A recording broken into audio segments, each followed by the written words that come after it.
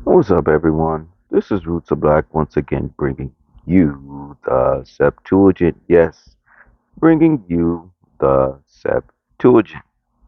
And as always, we're going to use Moon Plus Reader Pro. This is not from our notes, this is not from the study guide.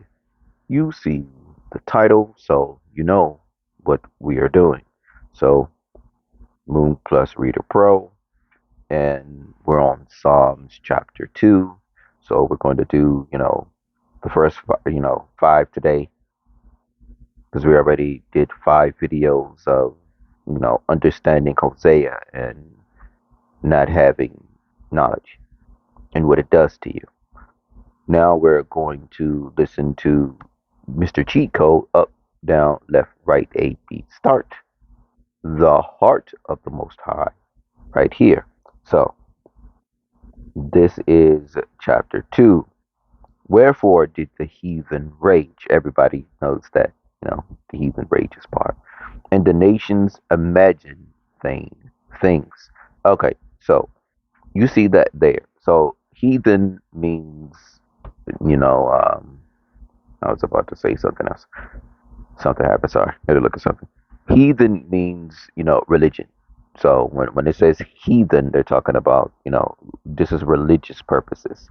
So little do you know that most human beings, if not damn near all of them, are heathens. And this is including Christians. They are some of the biggest heathens on the planet because they have the truth in the book, but they choose not to follow it. So they're probably actually the worst heathens on the planet. They'll say something like a Muslim or a Buddhist or something like that is a heathen more than they call them heathens, but they don't have the actual truth. Christians have the truth, but they choose to ignore it. So that means that they're the biggest heathens ever. Because, like I say, it's one thing for that person over there to be a heathen, but it didn't know the truth. So they can't be the biggest because they never seen the truth ever.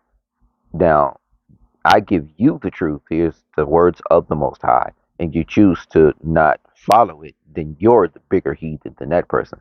Matter of fact, that heathen, when the Most High comes, he's probably going to save them and then kill you. I just want you to know that. But yes, so now he's talking about the nations. These are all the nations, which you should know, the countries on the earth. They imagine vain things, things that mean no value. So you already know that because you live in a nation. Your nation does the same thing. It doesn't matter which nation you live in. They all are vain things. The goals of the nation is vain. And they all want to take stuff from you. Basically, look at the world now. It's debaucherous YOLO. You only live once, do what you want, do what you will. Everything is pure bananas. But it's always been that way. It's always been that way. Nothing is new under the sun.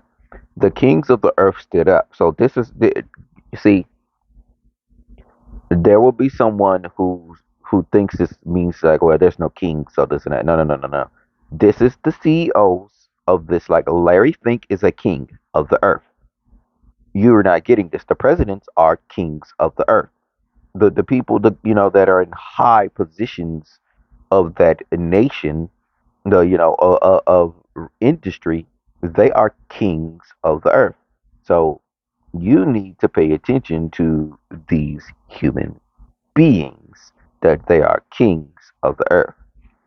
And the rulers gathered themselves. So it says kings and rulers. So these are the people who are the head of the nation and the people under them that are ruling people. So this is the 99 the 1%. So pretty much the 1%. This is them. This is what has been discussed of what they're doing right now. It's never changed. The 1% never changes. That's the thing that you must understand. Without the Most High, the 1% are going to be wicked. And this is including your 1% pastors, the Christianity, all of this. Nothing changes. You think they're different? Yeah, okay. Gather themselves together against the Lord and against his Christ. And I do mean the Christians are against the Messiah. I've already proved it through the Messiah's words, through this book, Go back and look at what I've done, what I have said, and what I have shown you. I have proved to you that everyone is against the Most High and the Messiah. That a person that you call Jesus, they're two different people. Saying, "Let us break their bonds and cast away their yoke from us." Okay, another super pause here. The world has one or two. It's two masters on the whole earth. Two masters. You're going to serve one or the other, whether you like it or not. You're going to hate one and love the other one. It's it. I don't care if you don't believe in heaven, hell, blah blah blah, good, evil, devil, Satan, the Most High. I don't care whether you believe it or not. Life dictates that there is two masters, and you're going to serve one of them, whether you like it or not. Look at the earth, look at the war, look at what's going on the planet. You're going to serve one of them. And what this is saying here is that the rulers of the earth and the kings, basically everybody in the industry or everybody who rules over the 1%, they have taken the yoke of the Most High and the Messiah from them. And they're trying to do that and have done that to you because the Messiah and the Lord, because there's going to be a yoke on your neck.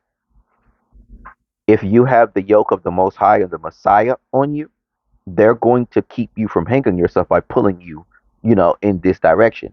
If you have the yoke of the evil ones on the earth, they're going to hang you with the yoke. That's the difference between the two. He that dwells in the heavens shall laugh them to scorn, and the Lord shall mock them. Two different people.